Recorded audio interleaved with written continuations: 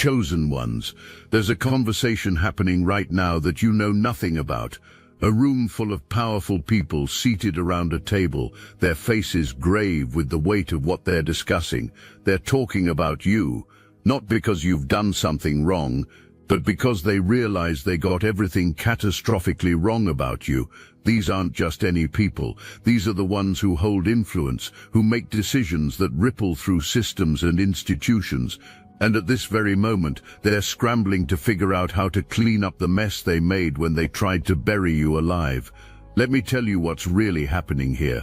Someone close to you, someone you once trusted with pieces of your heart, conspired to destroy your life. Not just damage it, destroy it. They wanted you gone, erased, blamed for things you had nothing to do with. And for a time it looked like they might succeed. Evidence was manufactured, stories were twisted, your name was dragged through shadows you never walked in. But here's what they didn't count on. You're still standing, not just surviving, but thriving in ways that have left these powerful people absolutely stunned. And now they're having urgent conversations about how to make things right before the truth becomes too loud to contain. This isn't about forgiveness or apologies. This is about something far more profound. Divine protection operating at levels that defy human understanding. The first thing you need to understand is that what happened to you was never random. Someone plotted this with precision and malice. A romantic partner or ex-partner, someone who once whispered promises in your ear, sat down and calculated how to frame you for their own crimes. They had help too. A family member, possibly a sibling who shares enough physical resemblance to you that under the right circumstances, in the right wig with the right angles, they could pass as you in photographs or surveillance footage. This wasn't a crime of passion. This was premeditated character assassination, designed to send you to prison while they walked free. They took out a life insurance policy on you. The number keeps echoing in the spiritual realm. 200,000. That's what your life was worth to them in cold calculation. They didn't just want you discredited. They wanted you dead, and they wanted to profit from it. Let that sink in for a moment. Someone who claimed to love you sat down and assigned a dollar amount to your elimination. They filed paperwork, they made plans, they recruited accomplices, and then they set events in motion that should have ended with you in a grave or behind bars. But here's where their plan started crumbling. You moved away from these people before they could complete their design. Your intuition, that voice inside that whispers warnings when danger approaches, told you something was wrong. You couldn't articulate it fully at the time.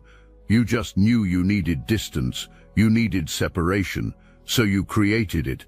You pulled back from relationships that felt toxic, chaotic, reckless. You chose peace over drama. You chose your own well-being over trying to fix broken people who had no intention of healing. And that choice, that seemingly simple decision to protect your energy, saved your life. While you were building your new reality, living your life, focusing on growth and genuine progress, they were out there creating false evidence, surveillance footage that wasn't you, financial transactions traced to accounts you never opened, testimonies from people claiming they saw you in places you've never been. They built an entire false narrative, layering lie upon lie, assuming that sheer volume would overwhelm truth. They assumed that once the authorities started looking your direction, the momentum would be unstoppable. They assumed wrong. The investigation that was launched without your knowledge started turning up inconsistencies almost immediately. Phone records that didn't match, alibis that held up under scrutiny, physical evidence that pointed away from you rather than toward you. Every thread they thought they'd woven into a noose unraveled when pulled. But here's what's truly remarkable. The investigators didn't just find you innocent, they found you were the victim. Everything that was supposed to prove your guilt actually exposed the conspiracy against you. The very evidence manufactured to condemn you became the proof of your persecution. Now these people in positions of authority are looking at a nightmare scenario. They acted on bad information. They pursued someone who was innocent while the real perpetrators walked free. They allowed bias, assumptions based on rumors and manufactured evidence to guide their actions, and now they're facing the possibility of lawsuits, public exposure, the complete destruction of their credibility and careers because they didn't do their jobs properly. They didn't investigate thoroughly. They didn't question the narrative being fed to them. They simply accepted what appeared to be substantial evidence without digging deeper to verify authenticity. So here's what's happening in that room right now. They're discussing settlements, out-of-court agreements, non-disclosure arrangements.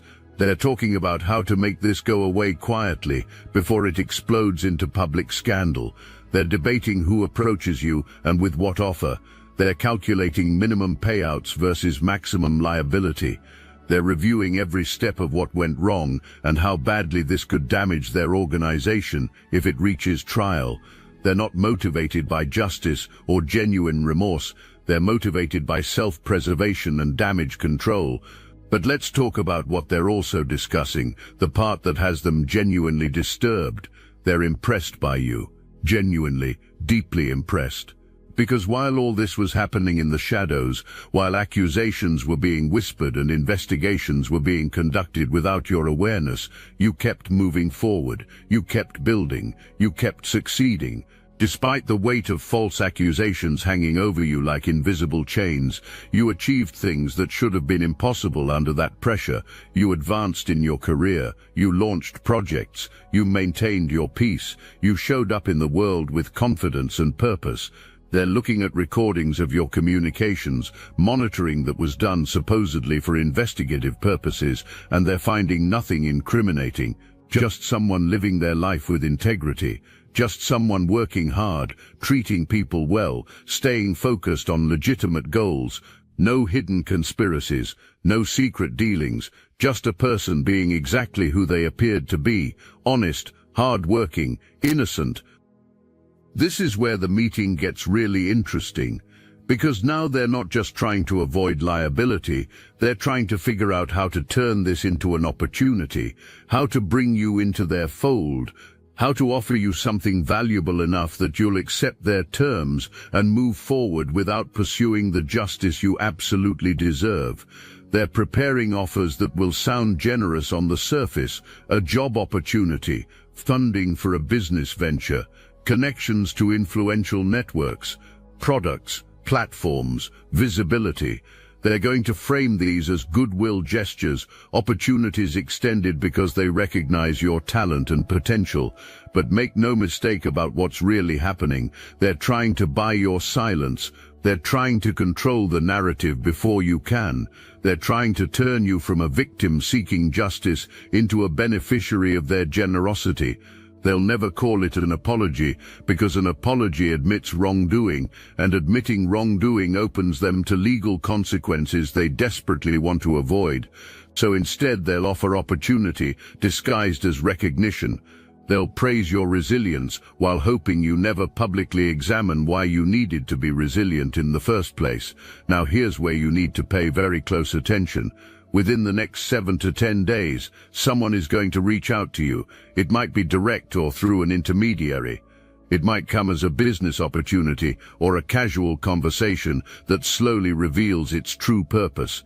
They're going to test the waters, gauge your awareness of what's been happening behind the scenes, assess how much you know and what you might demand. They'll be polite, professional, careful with their words. They'll make offers that sound appealing, that might genuinely improve certain aspects of your life, and you'll need to decide how to respond. Not from anger, though anger would be completely justified. Not from desperation, even if you've been struggling financially or professionally, but from power, because that's what you actually hold right now, even if you don't fully realize it yet.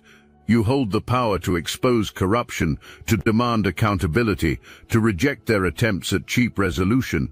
You hold the truth, and truth backed by evidence is the most powerful weapon in any conflict. If this message hits your spirit, hype this video so more chosen ones like you can find it. They know this. That's why they're scrambling. That's why the conversation is happening with such urgency. They know that if you decide to pursue this fully, to bring everything into the light, their carefully constructed reputations crumble, their institutions face scrutiny, their careers end in scandal. They're hoping you don't understand your own leverage. They're hoping you'll be grateful for whatever scraps they offer and quietly accept their terms. But you're not who they think you are. You never were. That's why their entire plan collapsed from the beginning. They built their conspiracy on a fundamental misunderstanding of your character. They assumed you were like them, willing to cut corners, compromise integrity, participate in schemes if the price was right. They assumed you could be the villain in their story because they themselves operate from such deeply corrupted values that they can't imagine someone genuinely living differently. They looked at your life and projected their own shadows onto it. When they saw your success, they assumed it came from the same dark dealings that fuel their own advancement. When they saw your confidence, they assumed it came from hidden wrongdoing that made you untouchable. They couldn't comprehend that someone might simply work hard, stay honest and trust in divine timing. That worldview doesn't compute for people who've compromised their souls for temporary gains. So they created a version of you that matched their understanding of how the world works. They wrote you into their narrative as a fellow traveler on dark paths, someone who would naturally be involved in insurance fraud, criminal conspiracies, calculated violence. And when reality refused to cooperate with their fiction, when every investigation found you clean, they were genuinely shocked. Not because you're so extraordinary, but because their moral compass is so broken they can't recognize basic integrity when they encounter it. This is actually what has them most impressed, not your achievements, though those are notable, not your resilience, though that's undeniable. What has them truly stunned is the realization that you've been operating from a completely different value system all along. You've been playing an entirely different game while they assumed you were just better at hiding your moves in the same corrupt game they're playing. The discovery that you weren't playing their game at all, that you were building something real and legitimate while they were scheming and manipulating, has forced them to see you in a completely new light. And here's the spiritual truth underlying all of this. You were protected because you're meant for something they can't touch. There's a divine plan operating in your life that supersedes human schemes. Every time they thought they had you cornered, circumstances shifted in ways that can't be explained by luck or coincidence. Evidence appeared that cleared you. Witnesses came forward unexpectedly. Technology revealed truths that should have stayed hidden. Timing worked in your favor again and again in ways that defy probability. You felt this protection even when you couldn't name it. There were moments when you should have been at a certain place at a certain time, but something delayed you. Phone calls that prevented you from walking into traps. Sudden illnesses that kept you home on days when danger was waiting. Intuitive hits that made you change plans at the last minute. These weren't random occurrences. This was divine intervention operating through the fabric of your daily life, redirecting your steps, closing doors that looked inviting but led to destruction, opening paths you didn't even know existed. The people in that room, the ones having urgent conversations about how to handle you, they sense this even if they don't have language for it. They feel the weight of something beyond their control operating in your favor. It makes them nervous because they're used to being able to manipulate outcomes, to leverage power and influence, to shape reality according to their desires. But with you, nothing works the way it should. Their carefully laid plans collapse. Their manufactured evidence falls apart. Their conspiracies expose themselves, and they're left scrambling to contain the damage while you continue moving forward as if their schemes never existed. Because in the truest sense, their schemes don't exist in your reality. They exist in the shadow realm, where corruption breeds more corruption, where people sacrifice each other for profit and power, where souls are traded for temporary advantage. You don't live in that realm. You never have. You walk in the light, and light has a way of making shadows disappear simply by existing. You don't have to fight darkness directly. You just have to keep being who you are, keep operating from integrity, keep trusting that truth eventually surfaces and justice eventually arrives. Now let's address the specific people who orchestrated this attack against you. The narcissistic romantic partner or ex-partner who sits at the center of this web. This person is driven by an insatiable need for recognition, status, validation from external sources. They measure their worth by how much attention they receive, how much power they appear to hold, how they're perceived by others. And when you stopped feeding their endless hunger for validation, when you recognized the toxicity and stepped back, they experienced it as a mortal wound to their ego. Narcissists can't tolerate being left behind. They can't accept that someone chose peace over their drama, chose self-respect over their manipulation, so they retaliate. Not openly, because that would risk their carefully curated public image, but through covert schemes designed to destroy you while maintaining their facade of innocence. They recruit others into their campaign, spinning stories that cast them as the victim of your wrongdoing, building sympathy and support from people who don't know they're being used as weapons in someone else's vendetta. This person enabled or directly participated in having a family member, likely a sibling, engage in activities designed to be mistaken for your involvement. Surveillance footage, witness accounts, digital trails, all carefully constructed to place you at scenes of crimes you never committed. They knew enough about your life, your patterns, your appearance to create a convincing false trail. They used intimate knowledge gained during your relationship as ammunition against you after it ended. They weaponized your trust. And they did all of this while maintaining relationships with people who still see them as charming, successful, admirable. That's the most disturbing aspect of narcissistic predators. They're often highly functional in public spheres. They can be charismatic, accomplished, seemingly generous and supportive. The mask only slips in private, with people they feel safe enough to abuse. Everyone else sees the performance and can't imagine the cruelty happening behind closed doors. So when victims speak up, they're often disbelieved because the abuser has already built a social fortress of credibility. But masks crack under sustained pressure, and the pressure is building now, because investigations have a way of uncovering more than the specific crime being examined. When authorities start pulling threads, entire tapestries of deception unravel, financial irregularities surface, patterns of behavior emerge, other victims find courage to come forward. What began as an investigation into one incident expands into a much larger examination of someone's entire operation, and that's what's happening here. The spotlight that was supposed to destroy you is now turning toward its real target. Your ex-partner is realizing they can't control this anymore. They thought they could frame you, cash in on your life insurance and walk away clean. But divine justice doesn't operate on human timelines or according to human understanding of how things should work. Sometimes justice arrives exactly when the perpetrator feels safest, exactly when they think they've gotten away with everything. The hammer falls when they least expect it, and it falls with the accumulated weight of every evil action they thought went unnoticed. And the family member who participated in this scheme, who was willing to impersonate you, to engage in activities designed to destroy your reputation and possibly your life, they're facing their own reckoning. Accomplices often break first under pressure.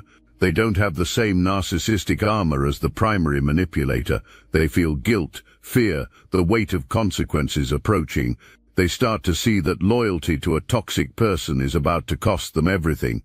And when investigators apply pressure, when they're offered deals in exchange for testimony, accomplices frequently turn on each other. This is why the meeting is happening with such urgency. The people in positions of authority know that this situation is unstable. They know that any day now someone involved in the conspiracy against you might decide to save themselves by revealing everything. They know that the longer this drags on, the more likely it is that truth emerges in ways they can't control. So they want to lock you into an agreement now, before you fully understand the extent of what was done to you, before you realize how much leverage you actually have. They're going to come with offers that sound significant, financial compensation that seems generous until you consider what you've been through and what you're entitled to. Career opportunities that sound impressive until you realize they're designed to keep you dependent on the same system that failed you. Non-disclosure agreements framed as protecting your privacy when they're really protecting the institution's reputation. They'll use language about moving forward and not dwelling on the past and taking the high road, all coded phrases designed to make you feel like seeking full justice is somehow petty or vindictive. But here's what you need to understand at the deepest level. You don't owe these people anything. Not your silence, not your forgiveness, not your cooperation in their damage control. They failed you catastrophically. They allowed bias and laziness to guide their investigation. They caused you harm through their incompetence and unwillingness to challenge a false narrative. And now they want you to make their lives easier by accepting whatever they offer and disappearing quietly. You have every right to demand full accountability. You have every right to insist on public acknowledgement of what happened. You have every right to pursue every legal avenue available to you for compensation and justice. You have every right to tell your story loudly and clearly so that others can learn from your experience. You have every right to refuse any offer that requires your silence or complicity in covering up institutional failure. But you also have the right to choose peace over prolonged conflict. You have the right to accept a settlement if you determine it genuinely serves your interests and allows you to move forward without carrying the weight of an extended legal battle. You have the right to decide that some doors are better closed than forced open, that some fights aren't worth the energy they require, that sometimes the best revenge is simply living well while your enemies collapse under the weight of their own corruption. Whatever you decide, decide from a place of power rather than reaction. Don't let anger drive you into decisions you'll later regret. Don't let fear of conflict make you accept less than you deserve. Don't let their urgency pressure you into commitments before you've had time to fully understand the situation and consider your options. Take your time.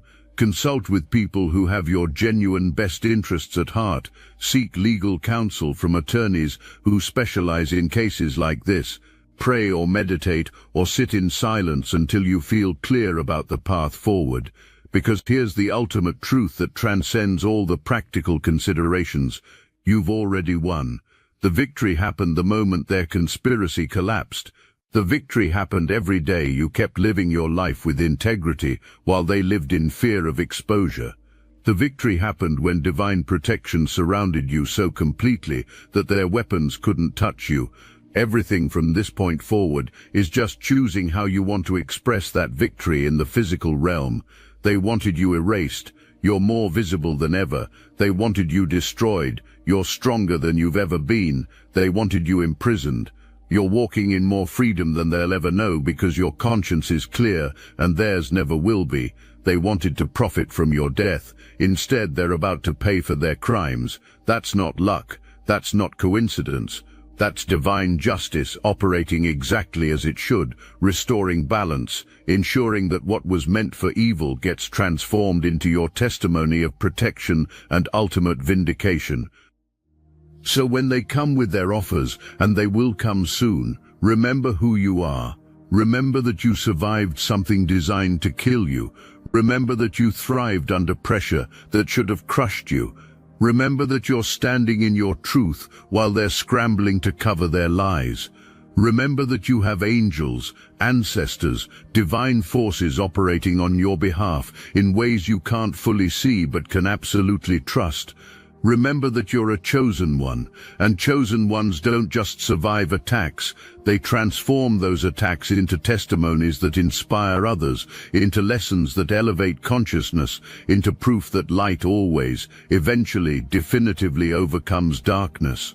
The conversation happening in that room right now is about damage control and self-preservation. But the conversation that matters is the one happening in the spiritual realm, where your victory is already complete, where justice is already rendered, where your enemies have already fallen and they just don't know it yet.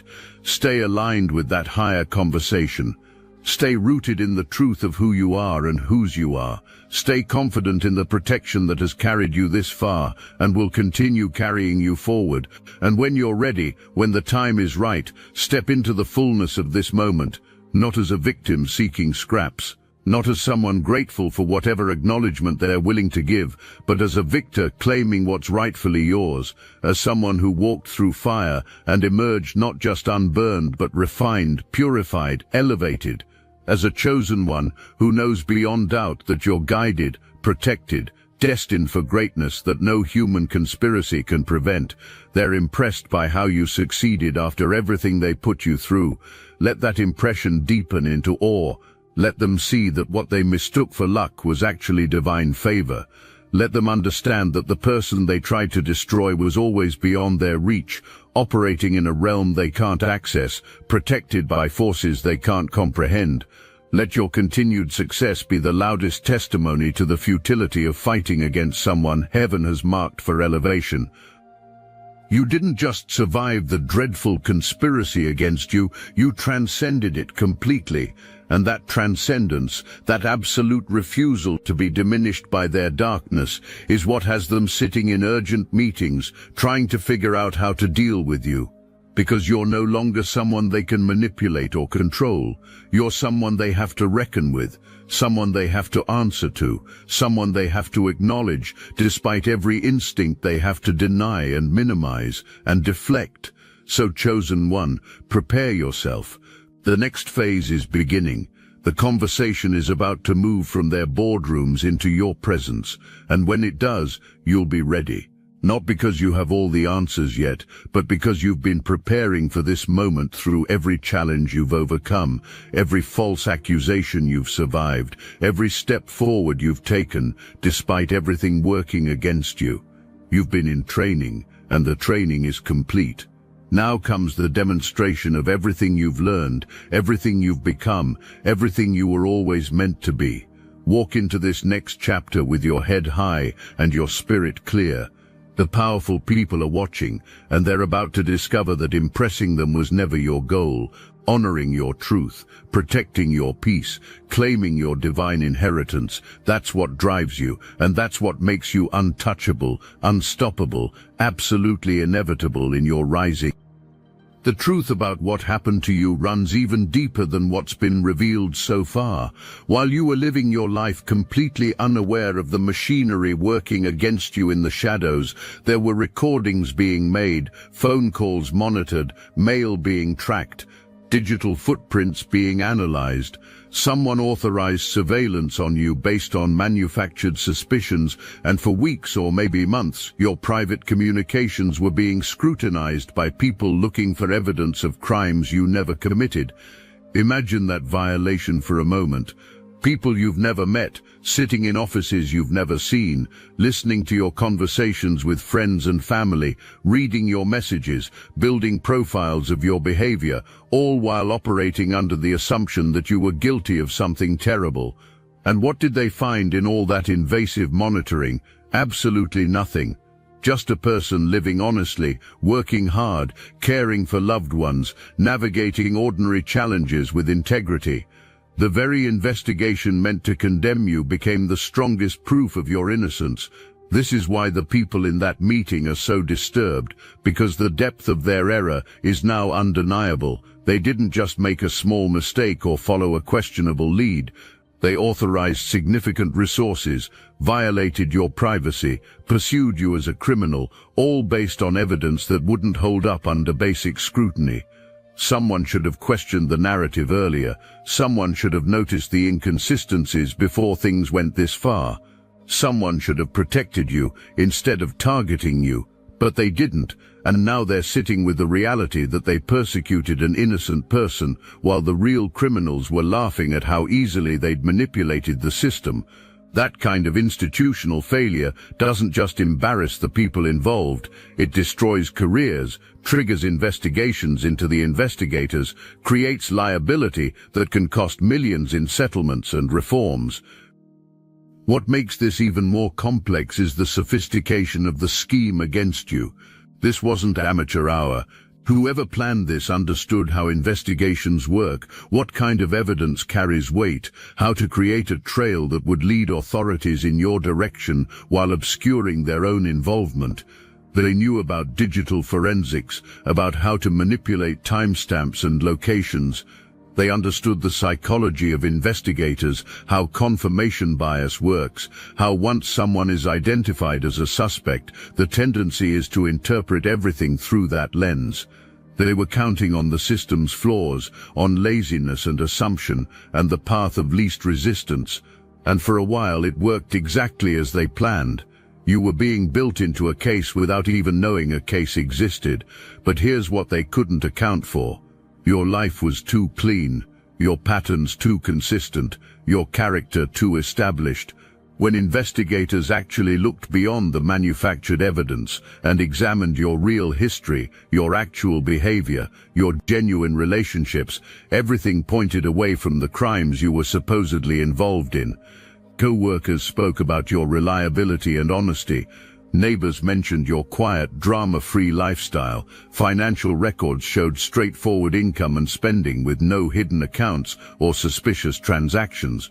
Medical records, work schedules, everything created a picture of someone who simply wasn't living the double life the accusations required. The frame didn't fit because you were never the shape they tried to force you into. And then something shifted in the investigation. Someone, maybe a detective with better instincts than the others, maybe a supervisor reviewing the case with fresh eyes, started asking different questions. If this person is supposed to be involved in criminal activity, where's the motive? Where's the history that would lead to this kind of escalation? Where are the connections to the other people supposedly involved? And when those questions started being asked seriously, the entire narrative fell apart like a house of cards in a strong wind. Because there was no motive. There was no history. There were no real connections. There was just manufactured evidence pointing at someone who had the misfortune of being targeted by people skilled in deception. That's when the investigation turned. That's when it stopped being about proving your guilt and started being about understanding how such a massive miscarriage of justice nearly occurred. That's when your name went from suspect to victim in the official files. And that's when panic set in for everyone involved, both the conspirators who framed you and the authorities who nearly sent an innocent person to prison. Because now there are questions about how this happened, who authorized what, who failed to do their due diligence, who allowed bias to override proper procedure. There are going to be internal reviews, possibly external audits, definitely legal exposure for multiple parties. And all of it could have been avoided if someone had simply done their job correctly from the beginning. The family member who participated in impersonating you is particularly vulnerable now. They're not a hardened criminal with experience evading consequences. They're someone who got pulled into a toxic plan, probably through manipulation by the narcissistic ex-partner who orchestrated everything. Maybe they were promised money. Maybe they were convinced you deserved it somehow. Maybe they were just weak-willed and easily influenced. Whatever their reasoning, they're now facing serious criminal charges, and they know it. Conspiracy to commit fraud, identity theft, possibly attempted murder depending on what the ultimate goal was. These aren't minor offenses with community service and probation. These are prison sentences measured in years, maybe decades. And when someone is facing that kind of time, they start thinking very seriously about cooperation deals. Law enforcement knows this. Prosecutors know this. That's why there's such urgency in trying to resolve things with you quickly and quietly. Because if this goes to trial, if prosecutors start offering reduced sentences in exchange for testimony, the whole conspiracy unravels publicly. Court proceedings are matters of public record. Media gets interested in stories about innocent people nearly destroyed by elaborate schemes. Your name, which they tried to destroy in shadows, would be cleared in sunlight, and everyone who participated in targeting you would be exposed. The narcissistic ex-partner who thought they were so clever would become the face of betrayal and evil. The family member would become a cautionary tale about the cost of loyalty to toxic people, and the institution that failed to protect you would become a symbol of systemic incompetence. Nobody in positions of power wants that outcome. They want this resolved in conference rooms, not courtrooms. They want settlements with confidentiality clauses, not verdicts with victim impact statements. They want to control the narrative about what happened, to minimize the damage, to move forward without the stain of this catastrophic failure becoming permanent record. And they're hoping you'll want the same thing, that you'll value privacy and closure over public vindication, that you'll accept financial compensation as adequate justice for what you endured. They're hoping you don't understand that the price of your silence is worth far more than whatever initial offer they present. But let's talk about what you've actually lost that can never be fully compensated. Peace of mind during the period when this was happening, even if you weren't consciously aware of the investigation. Your energy was affected. You probably felt unexplained anxiety, a sense of threat you couldn't identify, pressure that seemed to come from nowhere. That was your spirit, sensing the attack happening in realms you couldn't see. You may have experienced interrupted sleep, unusual stress, relationships strained by your mood shifts that you couldn't explain to yourself or others. That's trauma, even if you didn't know its source at the time. That's stolen wellness, stolen joy, stolen peace, and there's no dollar amount that truly restores what was taken. Then there's the violation of having been surveilled without your knowledge or consent. Even though the monitoring revealed your innocence, the fact that it happened at all is a profound breach. Your private conversations, your personal communications, your daily movements, all of it examined by strangers looking for reasons to condemn you. You can't unknow that now. You can't unfeel the invasion of having been treated as a criminal when you were actually a victim. That violation sits in your nervous system, creates mistrust that wasn't there before, makes you question who might be watching or listening, even in moments that should feel safe. That's a permanent alteration of your relationship with privacy and security. That's damage that persists long after the immediate threat has passed. And what about the opportunity cost? The energy and resources you could have directed toward dreams and goals if you hadn't been carrying the invisible weight of being targeted. You kept succeeding despite the pressure, which is remarkable, but imagine what you could have accomplished without that pressure. Imagine the projects you might have started, the risks you might have taken, the connections you might have deepened if your subconscious hadn't been in constant defensive mode. You were operating with a significant handicap, fighting battles you didn't even know you were in, and you still moved forward. But you should never have had to fight those battles in the first place. That stolen potential, that diverted energy, that's a loss that compounds over time. There's also the reputational shadow that may linger even after you're officially cleared, because rumors travel faster than corrections. Some people heard whispers about suspicions or investigations, and even when those people eventually hear that it was all false, the initial impression leaves a residue. You might notice it in how certain people interact with you, a slight distance or hesitation that wasn't there before, questions in their eyes they don't voice directly. You might face it in background checks or professional vetting where the mere fact of having been investigated regardless of outcome raises flags that require explanation. You might encounter it in your own head, wondering if people know, if they're judging, if your name will ever be fully clear of the taint they tried to attach to it. That's exhausting in ways that are hard to quantify, but impossible to ignore. The people in that urgent meeting know all of this.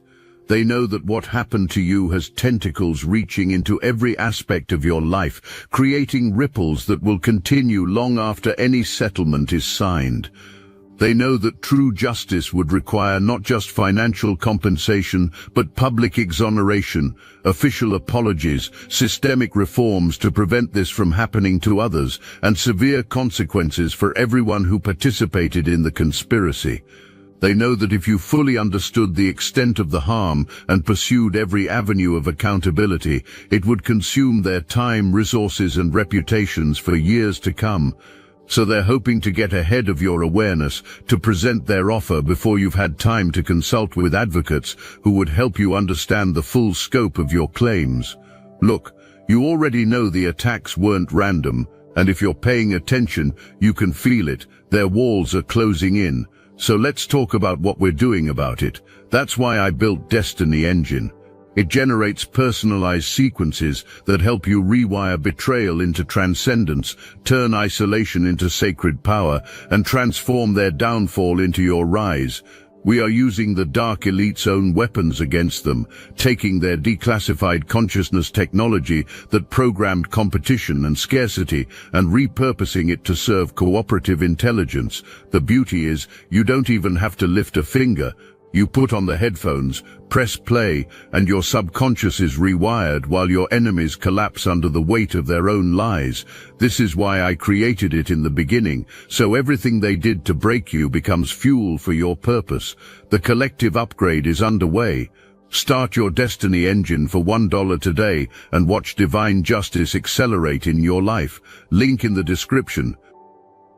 This is why the timing of their approach matters so much. They want to catch you while you're still processing, still trying to understand what happened, still possibly in shock or disbelief about the magnitude of the betrayal. People in that state often make decisions that prioritize immediate relief over long-term justice. They accept the first offer that makes the pain stop, that promises some sense of resolution, that allows them to believe the nightmare is really over. Only later, sometimes years later, do they realize they settled for a fraction of what they deserved, that they gave up their voice for far less than it was worth, that their silence enabled the same people to harm others because there were no real consequences for what they did. Don't let that be your story. Don't let the discomfort of this moment rush you into decisions you'll question later. Yes, prolonged legal battles are draining. Yes, there's something appealing about taking a settlement and moving on. Yes, part of you probably just wants this to be over so you can focus on building your future rather than prosecuting your past. All of that is valid and understandable, but make sure that whatever choice you make, you're making it from a fully informed position with clear understanding of what you're agreeing to and what you're giving up. Make sure you're choosing your path rather than accepting the path of least resistance that serves their interests more than yours. Because here's something else those powerful people in that meeting are discussing. They're talking about your influence, your platform, your voice. They've been watching you succeed, and they've noticed that people listen to you, that you have credibility and reach, that your story could inspire others or trigger larger conversations about injustice and corruption. They're aware that if you decided to speak publicly about what happened, it wouldn't just be a personal testimony, it would be a catalyst. Other victims of similar schemes might come forward. Journalists might start investigating patterns. Reform advocates might use your case as evidence for needed policy changes. Your individual experience could become a movement, and movements are much harder to control than individual settlements. So part of their calculation involves neutralizing that potential. If they can secure your agreement to confidentiality, they contain the threat. Your story stays private, known only to those directly involved and whoever you personally choose to tell. The system's failure remains internal, addressed through quiet reforms that don't require public admission of wrongdoing. The conspirators face consequences behind closed doors rather than in headlines. Everything gets managed and controlled, and the appearance of justice is maintained without the messy reality of public accountability. It's a tidy solution for everyone except you and the unknown others who might benefit from your truth being told. This is the weight you're carrying now, whether you wanted it or not. You're not just deciding your own fate. You're potentially deciding whether this pattern continues, whether these systems remain unchanged, whether future victims will have to fight the same battles you fought. That's an unfair burden to place on someone who never asked to be in this position. You didn't sign up to be an advocate or a symbol or a catalyst for change. You just wanted to live your life. But life has placed you at a crossroads where your choices ripple beyond your personal sphere, and there's no pretending that's not true. Some chosen ones are called to quiet victories, to private triumphs that bless their immediate circles without broader visibility. Other chosen ones are called to public testimony, to standing in the light and speaking truth that makes systems tremble. Neither path is better or worse, neither path is more spiritual or more brave, but each path requires different sacrifices and offers different rewards. The question you face now is which calling resonates with your spirit, which path aligns with the purpose you sense in your deepest knowing, which choice you'll be at peace with when you look back years from now. If you choose the path of settlement and privacy, you're choosing peace over platform, personal restoration over public crusade. You're saying that you've fought enough, survived enough, and now you want to channel your energy into building rather than battling. That's a completely valid choice. There's wisdom in knowing when to engage and when to withdraw, when to fight and when to let go, when to pursue every avenue of justice and when to accept that some battles cost more than they return. If this is your path, walk it without guilt or second guessing. Take whatever compensation you can negotiate, sign whatever agreements serve your interests, and redirect your focus toward the future you want to create.